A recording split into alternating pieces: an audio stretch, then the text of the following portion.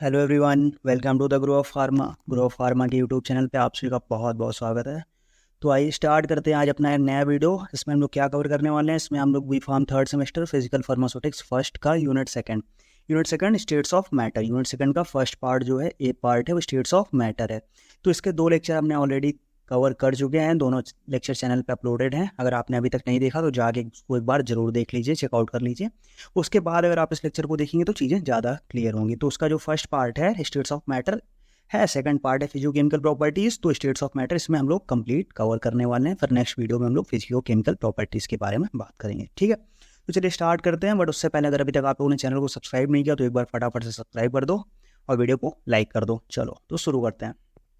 देखो, पहला टॉपिक जो है इसमें क्या है, गैसेस।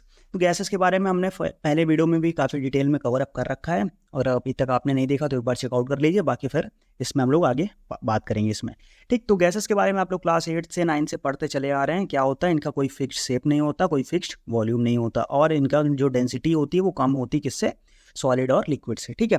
अब जो नई चीज़ें, ये तो हमें पता ही था, आप कुछ नई चीज़ें पढ़ने वाले हैं जो यहाँ से स्टार्ट होता है। क्या होता है, due to vigorous and rapid motion, due to vigorous and rapid motion and resultant collisions, gas molecules travel in random paths and collides not only with one another but with the walls of containers in which they are confined। क्या कहा है इस पूरे से, दो खतरनाक सी लाइनों में क्या बताया गया है, सिंपल सा समझते हैं। क्या बताया गया, जैसे मान लो एक क्लोज कंटेनर है, इसमें हम लोग गैसियस मॉलिक्यूल्स रख देंगे। अब देखो, कोई भी गैस का मॉलिक्यूल है वो इधर भी जाएगा, इधर जाएगा, इधर जाएगा, मतलब रैंडम डायरेक्शन में वो मूव करेगा। और जब रैंडम डायरेक्शन में मूव करेगा तो वो आपस में कोलाइड भी करेंगे और साथ में जो कंटेनर की वॉल्स हैं उससे भी कोलाइड करेंगे।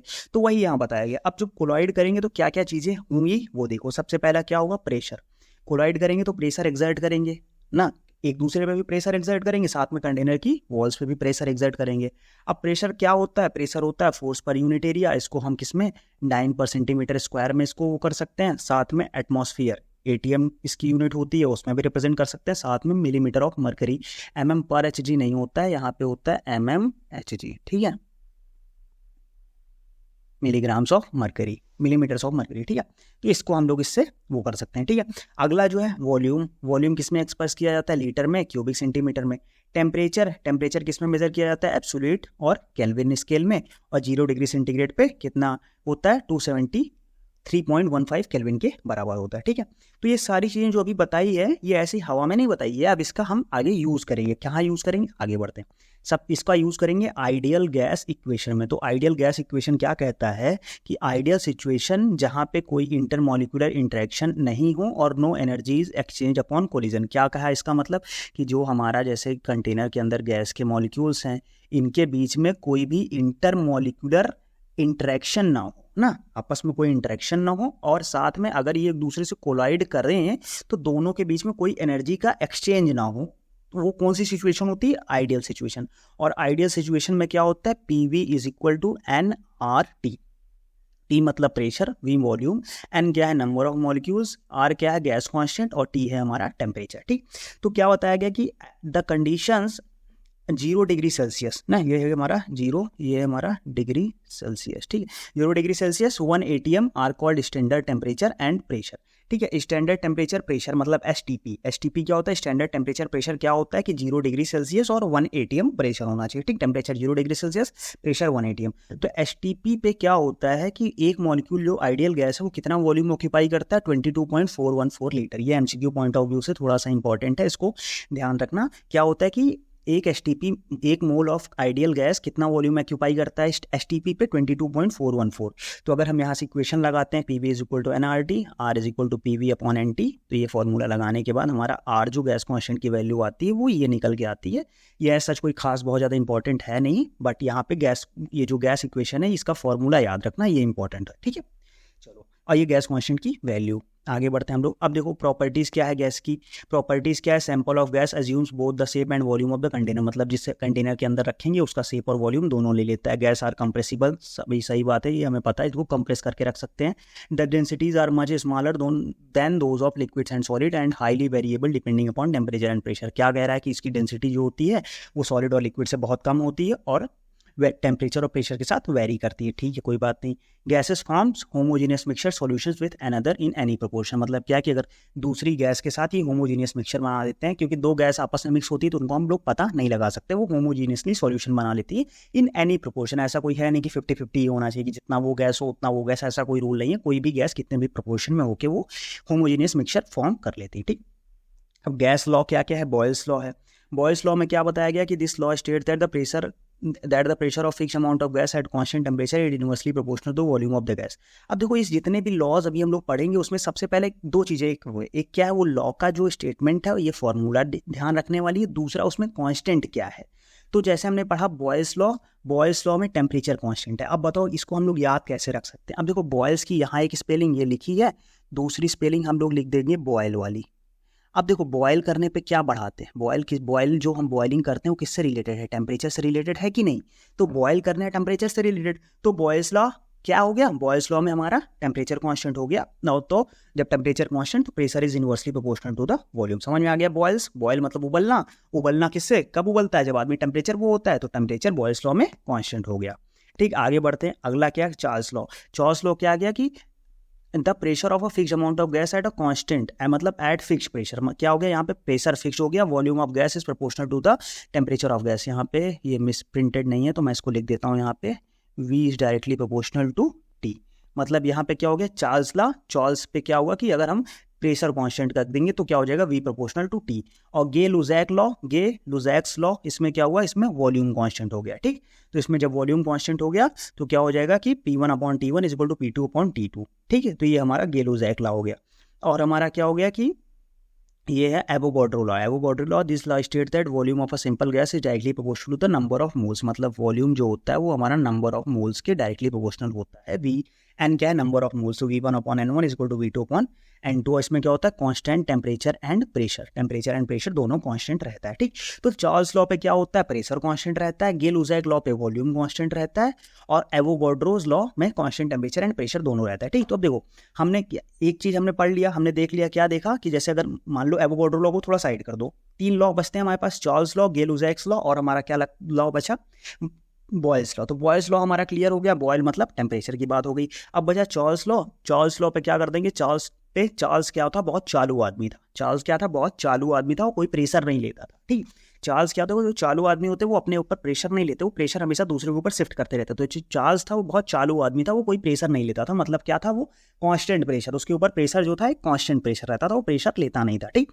तो अब 2 लॉ क्लियर हो गए, मतलब बॉयल्स लॉ पे टेम्परेचर कांस्टेंट, चार्ल्स लॉ पे प्रेशर कांस्टेंट। तो बचा क्या, गे-लुजैक लॉ, उस पे वॉल्यूम कांस्टेंट, और एवोगाड्रो लॉ पे उसमें टेम्परेचर और प्रेशर दोनों कांस्टेंट। तो ये सिंपल से सारे गैस के लॉज हो गए, ठीक।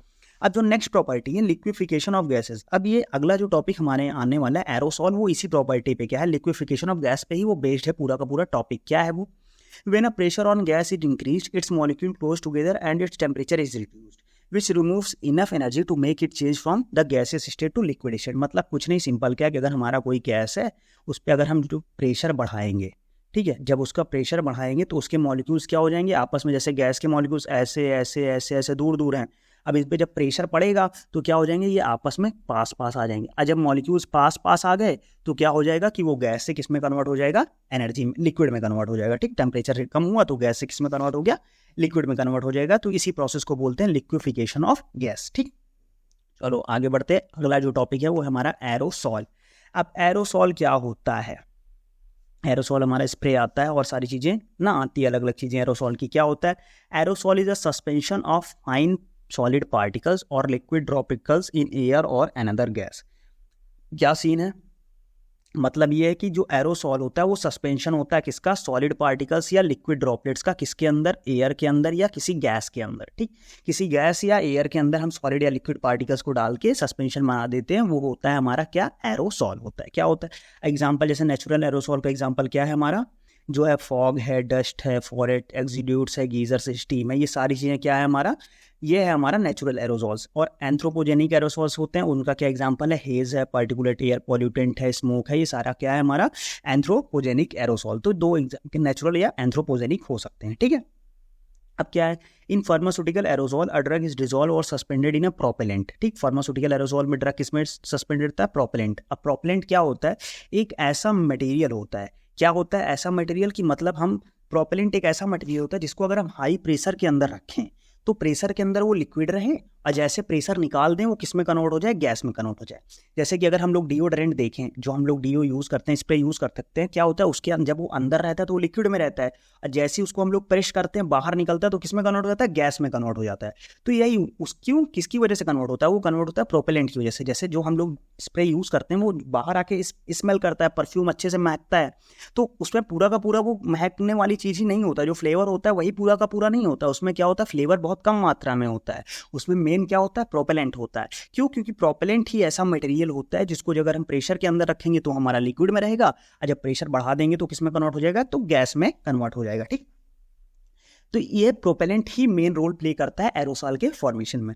Aerosol based on the principle of reversible change on states of matter, मतलब वही है कि प्रेशर अप्लाई करने पे हमारा जो स्टेट ऑफ मैटर चेंज हो जाना, वही उसी प्रिंसिपल पे क्या है एरोसॉल। मतलब अगर किसी हम गैस पे प्रेशर लगा के रखेंगे तो हमारा लिक्विड में कन्वर्ट रहेगा, जैसे ही हम प्रेशर निकालेंगे तो किस में कन्वर्ट हो जाएगा, वो कन्वर्ट हो जाएगा गैस में। ठीक, अब pharmaceutical aerosol drug is dissolve और suspended in a propellant, a material which exist in liquid under pressure. Same वही हमने जो अभी बताया आपको। अब ये प्रोपेलेंट क्या क्या हो सकता है, हमारा फ्लोरिनेटेड हाइड्रोकार्बन हो सकता है, गैसेस कौन कौन सी गैसेस, नाइट्रोजन, कार्बन डाइऑक्साइड, ये सारी गैसेस, या हम फ्लोरिनेटेड हाइड्रोकार्बन को यूज कर सकते हैं किसके रूप में, प्रोपेलेंट के रूप में। ठीक, तो ये एरोसॉल की बात क्लियर हुई।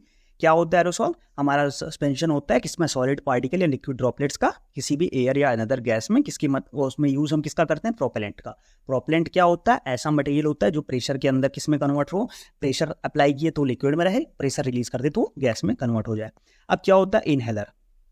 इनहेलर क्या होता है, ऐसा डिवाइस मेडिसिन होता है, मतलब डिवाइस होता है जिसके अंदर मेडिसिन रहे जिसको हम ब्रीथिंग के थ्रू ले सके, वो इनहेलर होता है। ठीक, एरोसॉल के लिए भी यूज होता है वो एरोसॉल इनहेलर्स। ठीक है, क्या है, inhalers are often use to treat the chronic obstructive pulmonary disease, COPD, मतलब हमारा जो पल्मोनरी डिसीज है, रेस्पिरेटरी सिस्टम से रिलेटेड डिसीज को ट्रीट करने के लिए इनहेलर्स का यूज करते हैं। इनहेलर हमारा 3 तरीके के होता है, एक होता है मीटर डोज इनहेलर, एक होता है ड्राई पाउडर इनहेलर, तीसरा होता है नेबुलाइजर। मीटर डोज इनहेलर का डायग्राम ये रहा, ये हमारा ड्राई पाउडर इनहेलर का डायग्राम, और ये हमारा नेबुलाइजर का डायग्राम। ठीक, मीटर डोज इनहेलर में क्या होता है कि इसमें एक फिक्स्ड डोज, इसमें जो डोज रहती है वो फिक्स रहती है, मतलब एक बार में कितना अमाउंट ऑफ डोज निकल रहा है वो फिक्स रहती है। ठीक, और ड्राई पाउडर इनहेलर में क्या होता है, इसमें हम पाउडर डाल के फिर उसको धीरे धीरे इनहेल करते हैं, और नेबुलाइजर में हम मशीन के थ्रू ड्रग का जो मेडिकामेंट रहता है वो हम मास्क के थ्रू इनहेल करते हैं। ठीक है, तो ये हमारा 3 तरीके का होता है, meter dose inhaler, dry powder inhaler, nebuliser, ये होता है। जिसमें सबसे ज़्यादा जो मोस्ट कॉमन यूज़ होता है, जो देखा भी हुआ आप लोगों ने, क्या होता है वो मीटर डोज इनहेलर होता है। अस्थमा का पंप जिसको बोलते हैं, अस्थमा जो अस्थमैटिक पेशेंट रहते हैं वो लिए रहते हैं। ठीक है, क्यों, क्योंकि ये मेडिकामेंट बहुत जल्दी रिलीज़ करता है और एक बार जाके वो रेस्पिरेटरी सिस्टम के अंदर जो ब्लॉकेज रहता है या जो डिसीज़ रहती है उसको ट्रीट करने के लिए ये यूज़ किया जाता है। ठीक, तो हमने क्या क्या देख लिया, हमने गैसेस देख लिया, गैसेस के लॉज देख लिए, फिर हमने एरोसॉल देख लिया और इनहेलर देख लिया।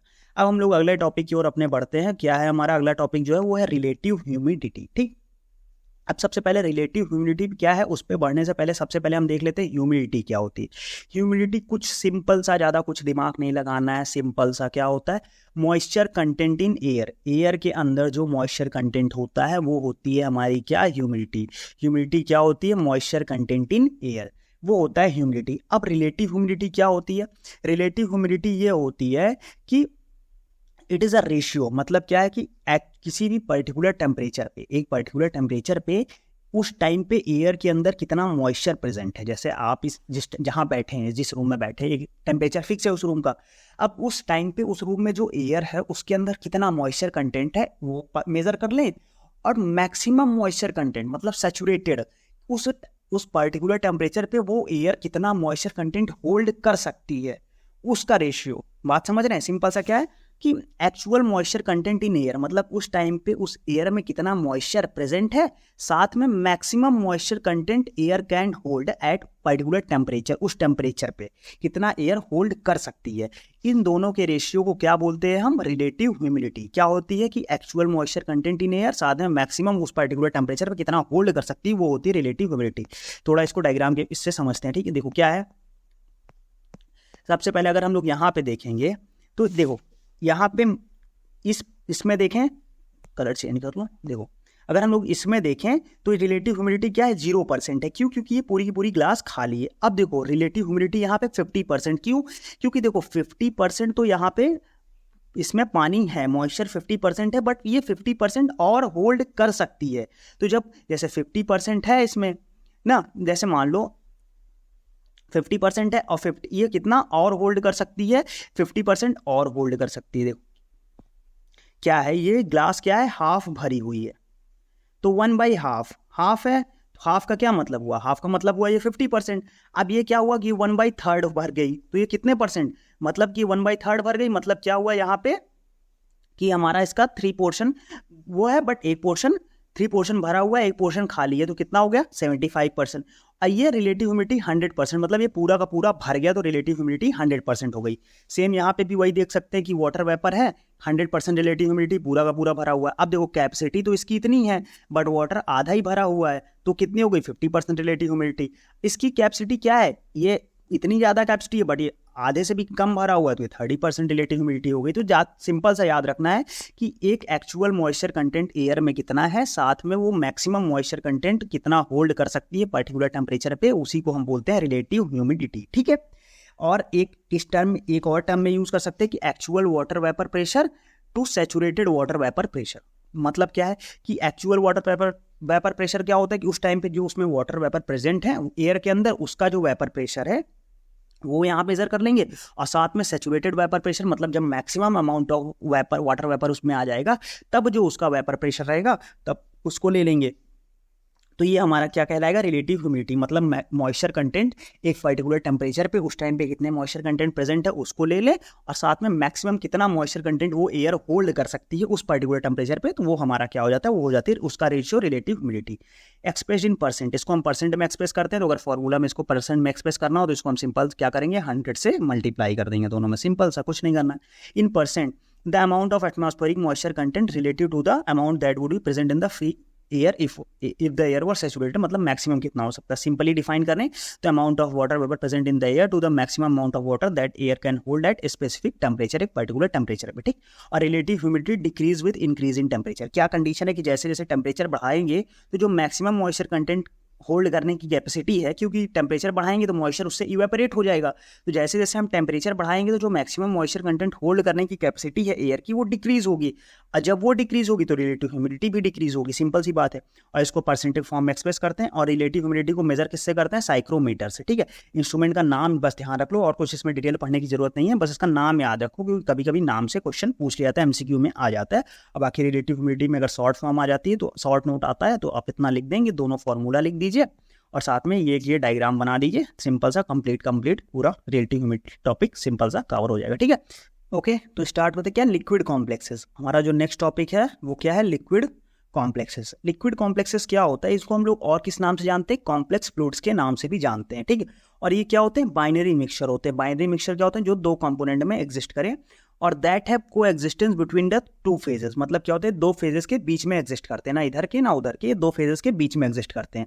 अब वो दो फेज कौन कौन सा हो सकता है, सॉलिड लिक्विड के बीच में एग्जिस्ट करेंगे तो उनको हम बोलेंगे सस्पेंशन या सॉल्यूशन ऑफ मैक्रोमोलिक्यूल्स की, जैसे कि पॉलीमर्स। अब ये सॉलिड गैस के बीच में एग्जिस्ट करेंगे ग्रेनुलर फॉर्म में, लिक्विड गैस के बीच में एग्जिस्ट करेंगे फोम के फॉर्म में, लिक्विड के बीच में एग्जिस्ट करेंगे इमल्सन के फॉर्म में। ठीक, और क्या होता है, they exhibit the usual mechanical response to applied stress और strain due to geometrical constants that phase a coexistence impose. मतलब क्या है, सिंपल सा खतरनाक सी लाइन आ गई, जहाँ इन पे ज़्यादा ध्यान नहीं देना। इसमें क्या है कि अगर इस पर हम कोई भी स्ट्रेस या स्ट्रेन अप्लाई करेंगे तो ये फेज चेंज का शो करेंगे, मतलब अगर इसमें हम स्ट्रेस या स्ट्रेन अप्लाई करेंगे तो इनका फेज क्या हो जाएगा, वो चेंज हो जाएगा। कैसे, एग्जांपल से देखते हैं। जैसे हमारा सेविंग क्रीम क्या है, लिक्विड कॉम्प्लेक्स का एग्जांपल है। इसमें क्या होता है कि अगर नॉर्मल रहेंगे, बिना किसी स्ट्रेस के रखेंगे तो इसको, तो ये क्या होगा, सॉलिड के फॉर्म में। स्ट्रेस मतलब प्रेशर, यहाँ सिंपल सा स्ट्रेस का हम प्रेशर से मतलब समझ सकते हैं कि नॉर्मल कंडीशन में वो सॉलिड के फॉर्म में रहेगा, बट कोई सॉलिड के फॉर्म में रहेगा, कोई फ्लो नहीं करेगा। बट जब स्ट्रेस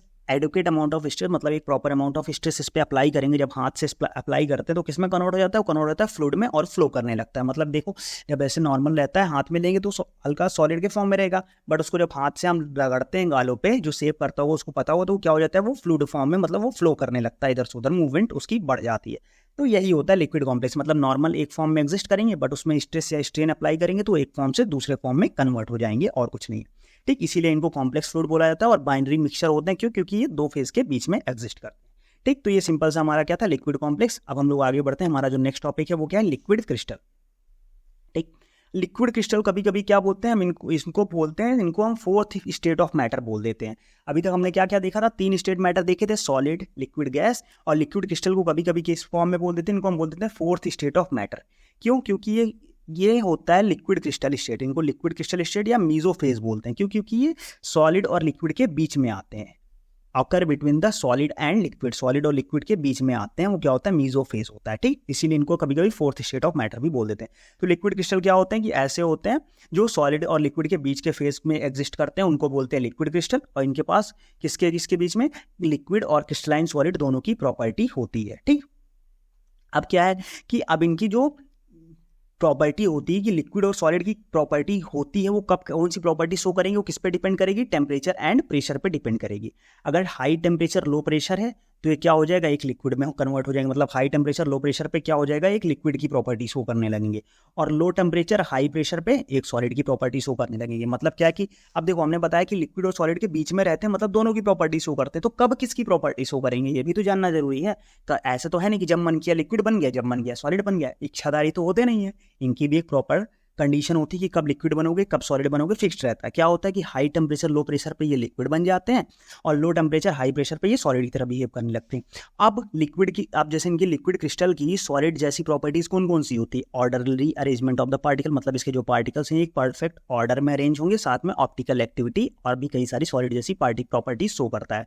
लिक्विड जैसी क्या क्या प्रॉपर्टी शो करता है, फ्लूइडिटी हो गया, विस्कोसिटी हो गया, सरफेस टेंशन, ये सब कौन सी प्रॉपर्टी है, ये लिक्विड वाली प्रॉपर्टी है। ठीक, तो ये हो गया लिक्विड क्रिस्टल। अब इसके टाइप्स कितने होते हैं, 2 टाइप होता है, एक होता है थर्मोट्रॉपिक लिक्विड क्रिस्टल और एक होता है लायोट्रॉपिक लिक्विड क्रिस्टल। तो सबसे पहले देखेंगे थर्मोट्रॉपिक। थर्मोट्रॉपिक क्या होता है, liquid crystal are said to be thermotropic if liquid crystalline properties depend upon the temperature. मतलब जो लिक्विड की प्रॉपर्टीज है वो टेम्परेचर पे डिपेंड कर रही है। अभी हमने बताया ना यहाँ पे high temperature low pressure, low temperature high pressure. तो अगर वो टेम्परेचर पे जिस क्रिस्टल की प्रॉपर्टी डिपेंड कर रही है, मतलब कि जिनका फेज ट्रांजिशन है, मतलब सॉलिड से लिक्विड, लिक्विड से सॉलिड जो फेज हो रहा है, चेंज हो रहा है, वो टेम्परेचर चेंज के कारण होता है, तो वो होती है हमारे पास, वो क्या होता है, थर्मोट्रॉपिक लिक्विड क्रिस्टल होता है। बट यही अगर फेज ट्रांजिशन हमारा किसके कारण हो जाए, वो प्रेशर चेंज के कारण हो जाए, phase transition occur when pressure change, तो वो होता है लायोट्रॉपिक लिक्विड क्रिस्टल। सिंपल सी बात है। मतलब क्या है कि अगर हमारा फेज ट्रांजिशन जो टेम्परेचर चेंज के कारण हो तो थर्मोट्रॉपिक, और प्रेशर चेंज के कारण हो तो लायोट्रॉपिक।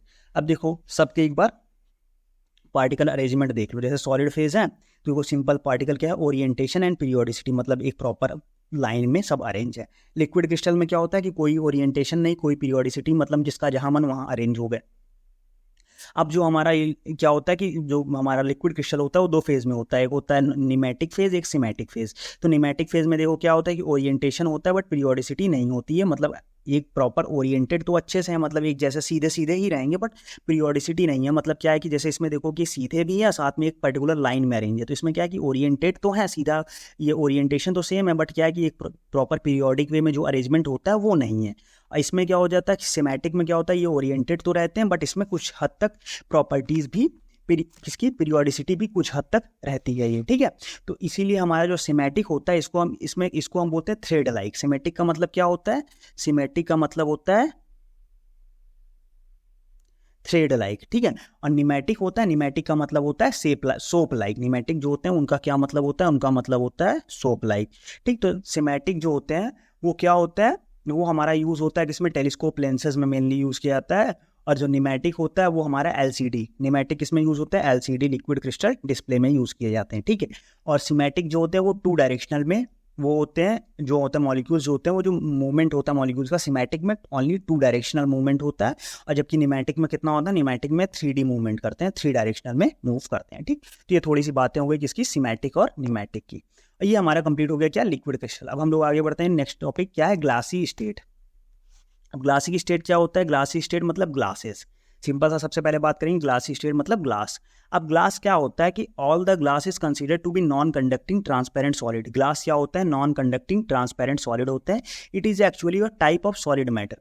बट ये सॉलिड मैटर का टाइप तो होता है, बट ये क्या होता है, इसको ना तो हम प्रॉपर सॉलिड कंसीडर कर सकते हैं, ना तो प्रॉपर लिक्विड कंसीडर कर सकते हैं। इसको जैसे अभी हमने देखा था ना कि ये क्या देखा था अभी हमने यहाँ पे, हमने देखा था लिक्विड कॉम्प्लेक्सेस मतलब दो के बीच में एग्जिस्ट कर रहे हैं, बट ये इनका इसका ये कंडीशन नहीं है, ये दो के बीच में एग्जिस्ट नहीं करता है, बट इसमें दोनों की प्रॉपर्टी इसमें भी होती है, ग्लासेस में भी, मतलब कुछ हद तक ये सॉलिड भी होते हैं, कुछ हद तक लिक्विड की भी प्रॉपर्टी शो करते हैं, तो इसीलिए इनको हम क्या करते हैं कि सॉलिड और लिक्विड के बीच में वो होता है। कैसे होता है देखो, क्योंकि इनका जो ग्लास का मटेरियल होता है वो अरेंज नहीं होता, हाईली अरेंज नहीं होता। It can neither be considered as a solid nor a liquid. क्यों? क्योंकि the atom and molecules in most solid are arrange in orderly manner, मतलब सॉलिड में जो मॉलिक्यूल्स होते हैं प्रॉपर ऑर्डर में अरेंज होते हैं, बट ग्लासी मटेरियल में ऐसा नहीं है, वो हाईली डिसऑर्डर होता है, मतलब वो ऑर्डर में अरेंज नहीं होता। फिर हमें पता है कि सॉलिड जो होता है उसका स्पेसिफिक मेल्टिंग पॉइंट होता है, बट इसका कोई स्पेसिफिक मेल्टिंग पॉइंट नहीं होता, ये ग्रेजुअली लिक्विफाई ऑन हीटिंग, मतलब एक रेंज ऑफ टेम्परेचर के बीच में वो करते हैं। तो इसीलिए इनको हम क्या किस में कंसीडर करते हैं, इसको हम कंसीडर करते हैं एमॉर्फस और या तो सुपर कूल्ड लिक्विड ही बोला जाता है। ठीक, एमॉर्फस सॉलिड मतलब डिसऑर्डर्ड सॉलिड बोलते हैं, या इसको हम सुपर कूल्ड लिक्विड भी बोलते हैं। ठीक, तो हम ग्लास को क्या बोलते हैं, या तो एमॉर्फस सॉलिड या तो सुपर कूल्ड लिक्विड। ठीक है, glasses are generally form by the, अब ये इनका फॉर्मेशन कैसे होता है, क्यों कि जब इनको हम फॉर्म करने के लिए क्या होता है, जो क्रिस्टलाइन मटेरियल होता है उसको मेल्ट करते हैं वेरी हाई टेम्परेचर पे, और फिर उसके बाद क्या करते हैं, उसको हम सडनली कूल कर देते हैं। और जब उसको कूल कर देंगे तो देखो आप जैसे मेल्टिंग क्रिस्टलाइन अरेंजमेंट होता है, जैसे अगर क्रिस्टलाइन है तो क्रिस्टलाइन में क्या एक प्रॉपर ऐसा सिस्टमिक अरेंजमेंट होता है, थोड़ा डायग्राम तो सिस्टमिक है नहीं, बट वो सिस्टमिक अरेंजमेंट होता है। फिर जब इसको मेल्ट किया हमने, तो इसके मेल्ट किया तो इसके मॉलिक्यूल्स रैंडम हमारे इधर उधर ऐसे इधर उधर इधर घूम गए सारे रैंडम मॉलिक्यूल्स। फिर इसको सडनली कूल कर दिया तो मॉलिक्यूल्स को वापस से अरेंज होने की वो नहीं मिल पाया, टाइम वापस से उसको अरेंज होने का नहीं मिल पाया, तो उसी जगह पे फिक्स्ड हो गए। जब उसी जगह पे फिक्स हो गए तो क्या बना लिया कि हमारा रैंडम अरेंजमेंट हो गया, तो क्या बना लिया, वो फॉर्मेशन कर लेता है ग्लास का। तो ग्लास कैसे फॉर्म होता है, जो हमारा क्रिस्टलाइन मटेरियल होता है उसको हाई टेम्परेचर पे कूल किया, फिर वो उसको मतलब हाई टेम्परेचर पे हीट किया, फिर वो जब मेल्ट हो गया तो उसको सडनली कूल कर लिया, तो वो उसके जो वो हैं मॉलिक्यूल्स हैं वो अरेंज होने का उनको टाइम नहीं मिल पाया, तो रैंडम ऑर्डर में अरेंज हो जाता है, तो क्या होता है, ग्लासी स्टेट फॉर्म कर लेता है। ठीक, चलो अब हम लोग आगे बढ़ते हैं। हमारा जो अगला टॉपिक है वो क्या है, सॉलिड।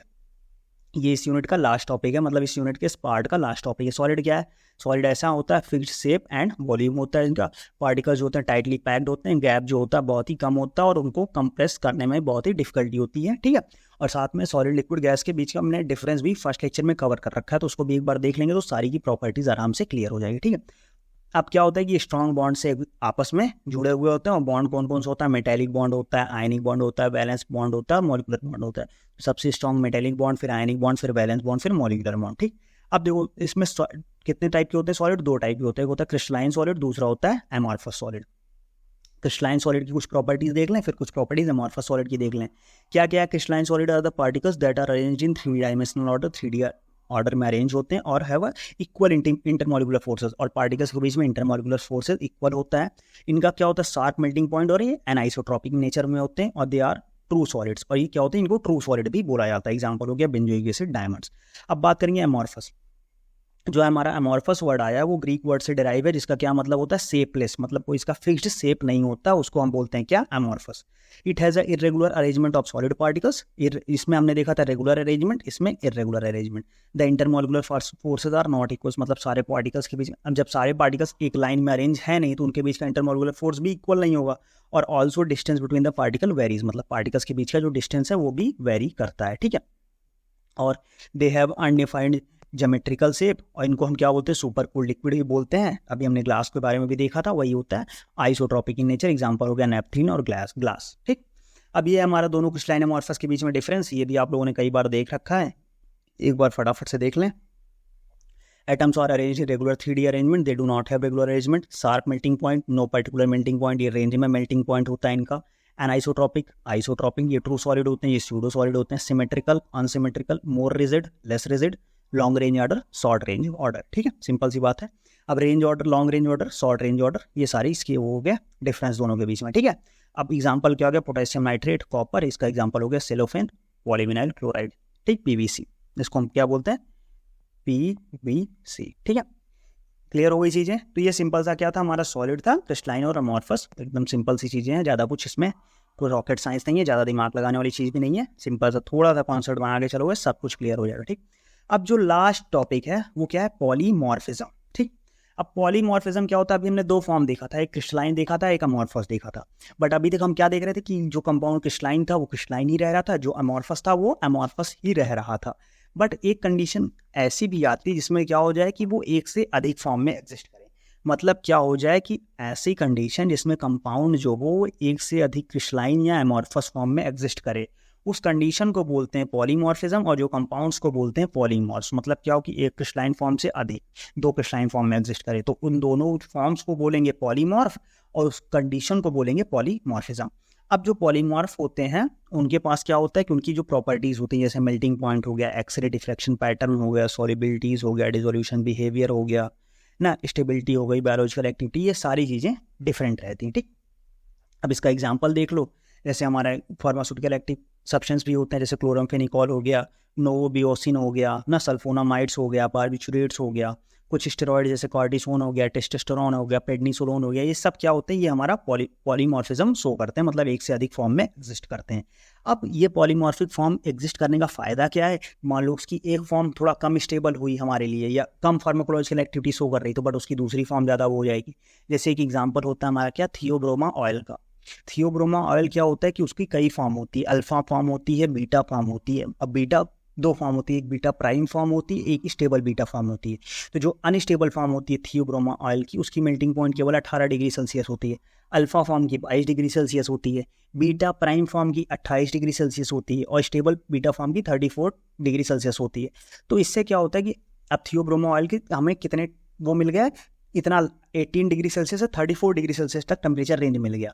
तो उसमें क्या होता है, उसको हमने अपने अकॉर्डिंग यूज़ कर सकते हैं, जहाँ पे हमें यूज़ करना हो टेम्परेचर रेंज में यूज़ कर सकते हैं। तो इससे क्या हो जाता है कि हम फार्माकोलॉजिकल एक्टिविटी हमें मिल जाती है, हमें ब्रॉड रेंज ऑफ एक स्पेक्ट्रम मिल जाता है। ठीक, अब टाइप ऑफ पॉलीमॉर्फिज्म क्या होता है, दो तरीके का होता है, एक इनएनिसोट्रॉपिक, एक मोनोट्रॉपिक। इनएनिसोट्रॉपिक मतलब रिवर्सिबल ट्रांजिशन होता है, मतलब क्या हो जाए कि टेम्परेचर या प्रेशर चेंज करने पे एक पॉलीमॉर्फ होता है वो दूसरे पॉलीमॉर्फ में कन्वर्ट हो जाए। एग्जाम्पल होता है सल्फर। मोनोट्रॉपिक क्या होता है, वो इरिवर्सिबल होता है, मतलब क्या हो जाए कि टेम्परेचर या प्रेशर चेंज करने पर भी वो एक से दूसरे फॉर्म में कन्वर्ट ना हो, यूनिडायरेक्शनल ट्रांजिशन हो, वो होता है क्या, मोनोट्रॉपिक होता है। एग्जांपल जैसे हो गया हमारा क्या, ग्लिसरॉल स्टीयरेट। ठीक है, तो ये सिंपल सा क्या था, पॉलीमॉर्फिज्म था। ठीक है, तो इस वीडियो में हमने क्या क्या कवर कर लिया, इस वीडियो में हमने इस वीडियो में स्टार्टिंग से देखते हैं क्या क्या कवर कर लिया हमने इस वीडियो में। सबसे पहले हमने गैसेस के बारे में देखा, फिर हमने आइडियल गैस इक्वेशन देखा, फिर हमने क्या देखा कि गैसेस के सारे लॉज, प्रॉपर्टीज़, फिर हमने एरोसॉल देख लिया, इनहेलर्स देख लिए, रिलेटिव ह्यूमिडिटी हो गई हमारी, लिक्विड कॉम्प्लेक्सेस हो गए, लिक्विड क्रिस्टल हो गया, और हमारा क्या हो गया, ग्लासी स्टेट हो गया, सॉलिड में क्रिस्टलाइन एमॉर्फस, और लास्ट में हमने पॉलीमॉर्फिज्म भी देख लिया। फाइनली थैंक यू अभी तक वीडियो को देखने के लिए। अगर आप अभी तक वीडियो में बने हुए हैं तो आप सबको बहुत बहुत थैंक यू, और चैनल को फटाफट से सब्सक्राइब कर दीजिए और वीडियो को लाइक कर दीजिए। कैसा लगा कमेंट में एक बार ज़रूर बताना। ठीक है, और ग्रो अप फार्मा को टेलीग्राम चैनल पे भी आप हमें ज्वाइन कर सकते हैं, ये सारी नोट्स आपको वहाँ पे प्रोवाइड करा दी जाएंगी, और हमसे कांटेक्ट करने के लिए या और भी चीज़ें देखने के लिए आप इंस्टाग्राम पे भी हमसे जुड़ सकते हैं, और साथ में यूट्यूब पे फटाफट से सब्सक्राइब कर दो यार, और कमेंट में ज़रूर बताओ कि वीडियो कैसा लगा। ठीक, और किस टॉपिक पे आपको और भी वीडियो चाहिए, कोई भी ट्रिक्स चाहिए, कुछ भी चाहिए, तो आप हमसे कमेंट में बता सकते हैं, वो सारी की वीडियो फटाफट से प्रोवाइड करा दी जाएंगी। ठीक है, तब तक के लिए बाय, मिलते हैं नेक्स्ट वीडियो में। वीडियो को लाइक करो, सब्सक्राइब करो, बाय बाय।